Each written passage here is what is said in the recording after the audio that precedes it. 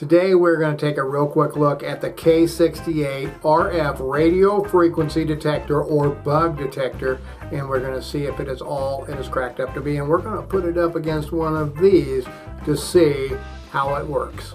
Let's go. The third button here on the K68 is the IR lights or the camera lens detector, and if I turn it on and I hit this one, you will see the infrared lights flashing on it on the back. What I will use to test this is my cell phone, because my cell phone has 3 cameras on it there.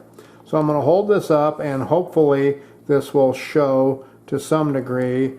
If it works right, you will be able to see in there the camera lenses as they flash a little red or a silver flash right on the middle of the lens. Spy cameras have the same type of lenses and they will emit that same signal if you are looking directly at them. This button right here is the mode button, the alert mode button. So if I turn it on, it defaults, you'll see here, to audio. So if I turn up the sensitivity, you'll hear it and see it on the screen. Now, if I turn on the vibrate here, you'll see the indicator here for vibrate. Then when I turn it up, then it actually starts vibrating. And you can hear that a little bit as well, and you can still see the indicator there. Okay, now we will look at the fourth button, the AI or the artificial intelligence button. We'll go ahead and turn it on. We'll turn the sensitivity up to where it's just right about there, and we're going to go ahead and we're going to hit the AI button.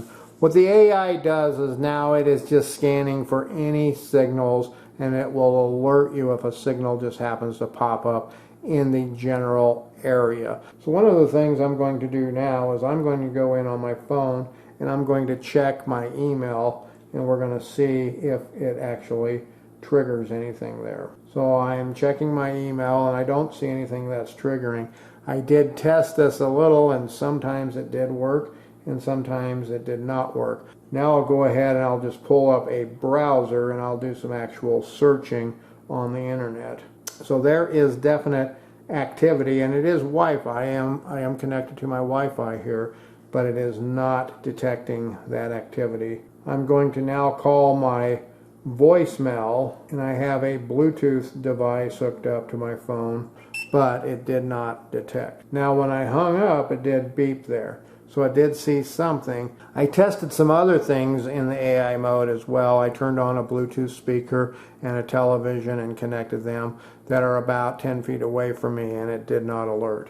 What I'm going to do now is I'm going to turn the sensitivity up just a little, barely turn it back down, and now I'm going to do the same tests.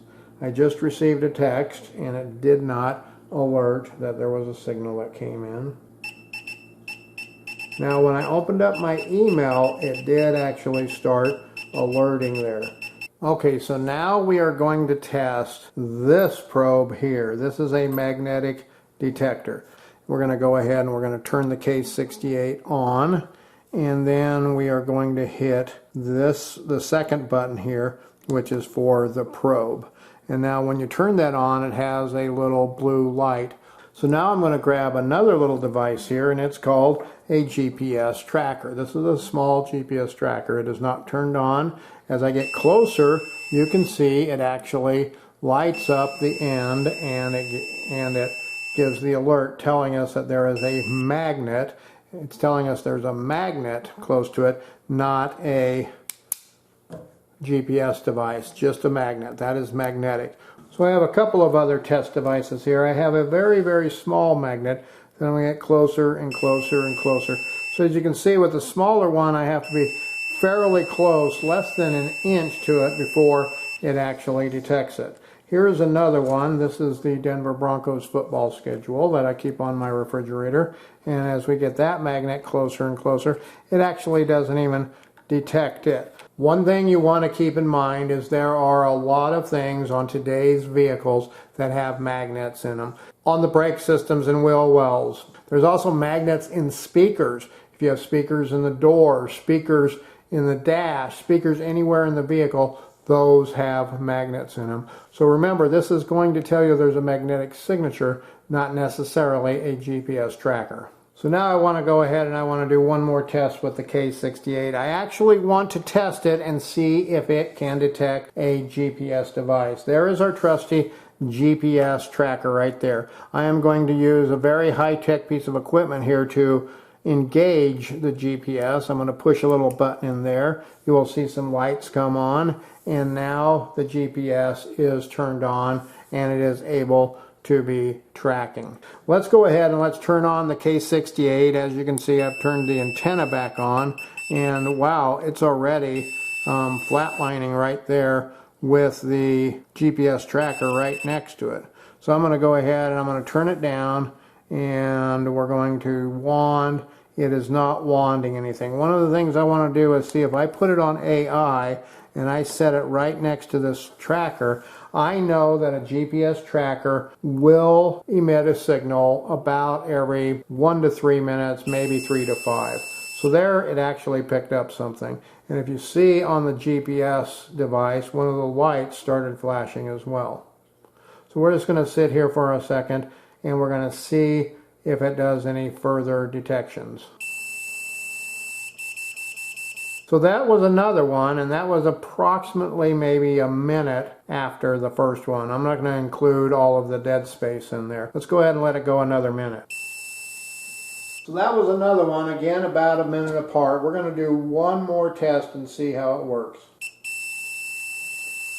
Okay, that one was about 30 seconds apart. Here are some of my thoughts on the K68. For a do-it-yourself home sweep, the K68 may be okay. You will want to read the manual carefully. There are some things that you want to be careful of, and we're going to go over those in just a second. I know sometimes with these devices, when you get around certain types of light fixtures, metal light fixtures, things like that, they can reflect a lot of radio signals that are just natural in the area, and those will give you false positives. And I've seen a lot of times people believe that there is a bug in a lamp or a light switch or behind the refrigerator or in an vent where there's lots of aluminum and other metal products that are reflecting signals, but there's nothing there because it is just picking up the reflection. It does a pretty good job of finding the magnets as well, and we did see it does pick up them signals from GPS devices. Some other things that I did see that it did is it picked up some cell phone activity. Some things that I did not see though, however, if you look,